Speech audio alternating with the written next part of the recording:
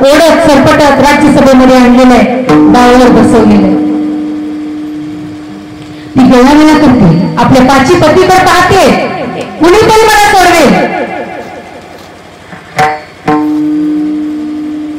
अतिशय करुणाने दुःखाने विव्हळत भीष्म पितामहाकडे पाहते, आपल्या पतीन देवाकडे पाहते, पण कुणालाही तिची दया आली. सर्वांनी खाली मान घातलेली. एक लक्षात ठेवा, पाप करण्यापेक्षा आपल्या उघड्या डोळ्याने पाप बघणं हे खूप मोठं पाप आहे. भीष्माचार्यांनी पाप केलं नव्हतं, पण आपल्या डोळ्यांनी पाप बघितलं होतं. द्रौपदीचं वस्त्रहरण होते, पण ते अडवू शकले असते, पण दुष्ट दुर्योधनाचं मीठ खाल्ल्यामुळं अडवू शकले नाही, खाली मान घालून, आणि शेवटी ते फेडावं लागलं. म्हणून जरी तुम्ही पाप करत नसाल, पण एखादा पाप करत असेल आणि तुम्ही जर ते पाहत असाल, तर तुम्हाला त्याचं ताकद लागल्याशिवाय राहत नाही. द्रौपदीने सगळ्यांकडे पाहिलं, सगळ्यांच्या मानाखाली होत्या, काय करावं.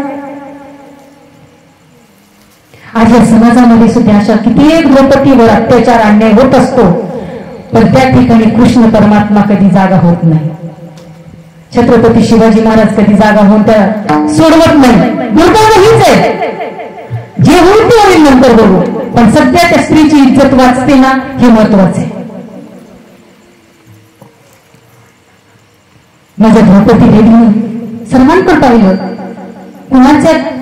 कुणाचंही तिच्याकडं लक्ष नाही. खाली मान घातलेली, वस्त्रहरण चालू आहे, आणि त्यावेळेस माझ्या द्रौपदी देवीने या जगाच्या मालकाचा धावा केला. कोठी गंतना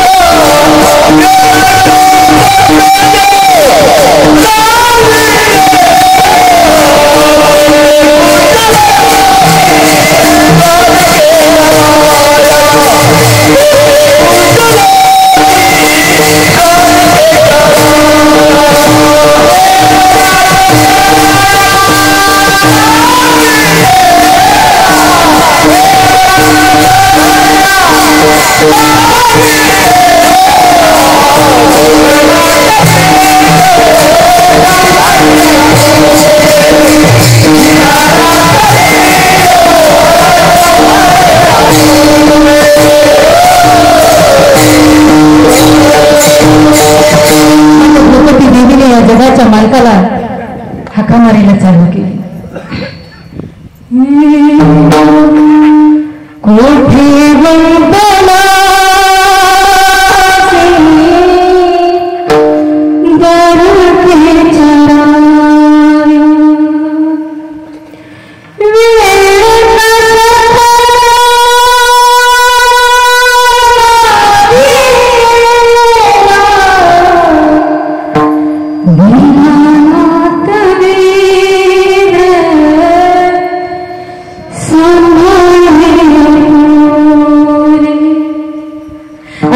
जगाचा मालक भगवंत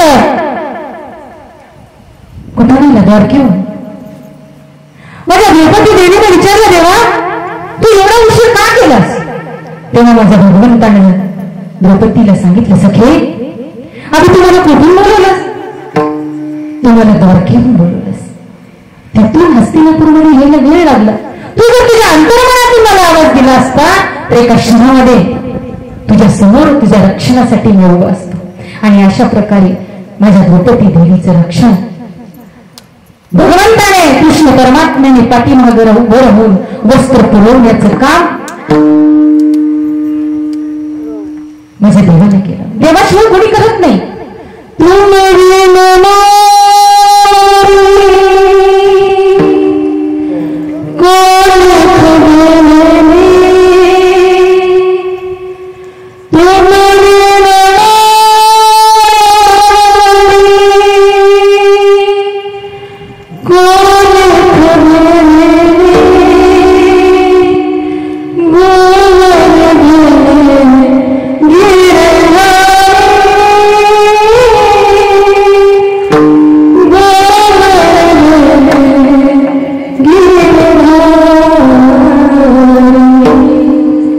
देवाशिवाय आपलं कोणीही सोडून करत नाही. म्हणून माझं सगळ्यांना म्हणणं सोडून द्या. फक्त देवाला आपलं करा आणि देवाला माझं म्हणा. आणि आपल्या सुंदर हृदयामध्ये देवाला स्वच्छ अशी सुंदर जागा करा. तुकामध्ये चित्त करावे निर्मळ येऊन गोपाळ राहील. तरच देव आपल्या या चित्तामध्ये येऊन राहील, अन्यथा राहणार नाही. अशा प्रकारे भगवंताने द्रौपदी देवीचं मागे राहून रक्षण केलं. चालू राहण्याचे का संपवायचे मला काही अडचण नाही. अजून चल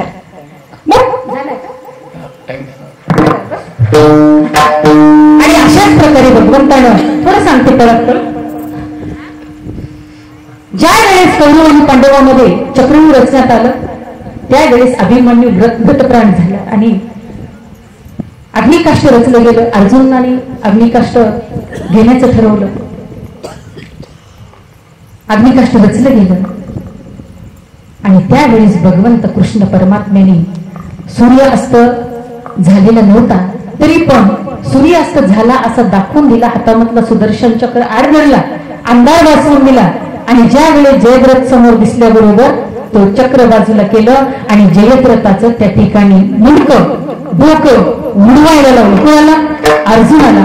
आणि अशा प्रकारे त्या ठिकाणी सुद्धा भगवंताने समोर उभं राहून अर्जुनाचं रक्षण केलं आणि पाठीमागं उभं राहून माझ्या द्रौपदी देवीचं रक्षण केलं. अभंगाचं तिसरं चरण.